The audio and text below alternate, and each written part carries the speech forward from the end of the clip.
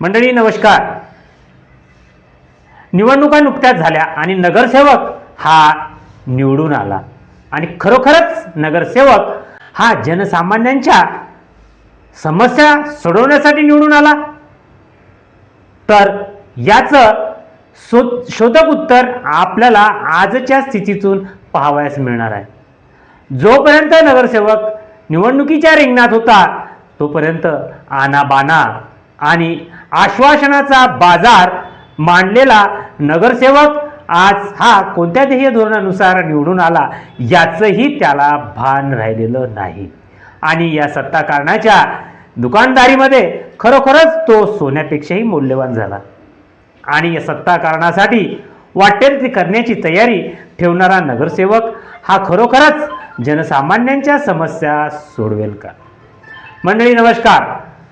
महाराष्ट्राच्या राजकारणामध्ये गेल्या 3 ते 4 वर्ष अगोदर शिवसेनेला जे महाराष्ट्र करून एकनाथ शिंदे यांनी नवा भूकंप घडवून आणला होता, त्यामुळे आपण जोडून दिलेले प्रतिनिधी हे नक्कीच जनतेच्या मताधिक्यावर जे निवडून येतात ते खरोखरच जनसेवेसाठी हे प्रतिनिधित्व करतात व सत्तेसाठी हा लालचलेलापणा त्यांच्यातून दिसून येतो।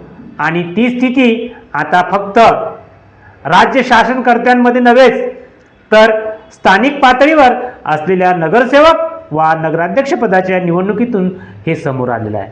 आज नगरसेवक बनण्याकरिता कमीत कमी लाखो रुपये खर्च करण्याची तयारी ठेवणारा प्रतिनिधीच हा लोकप्रतिनिधी बनतो आणि तो बनल्यानंतर झालेला पैसा जो खर्च झाला त्याची मोजमाप करण्यासाठी त्यालाही सत्ता कारणात बसावं वाटतं। आणि आज लाखो रुपये खर्च करून झालेले नगरसेवक हे खरोखरच समाजसेवेसाठी कामासाठी इतके पैसे खर्च केले आहेत का?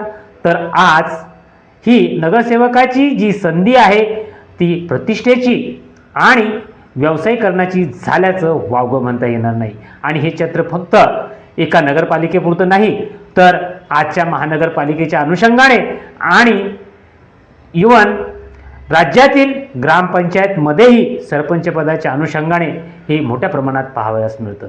सध्या चालू असलेल्या घडामोडीवरून या बाबींवर प्रकाश टाकण्याचा मी प्रयत्न केला। सदर व्हिडिओ आवडला असेल तर लाईक करा, सबस्क्राईब करा आणि माझा उत्साह कायम ठेवण्यासाठी सदर चॅनलला फॉलो करा। धन्यवाद।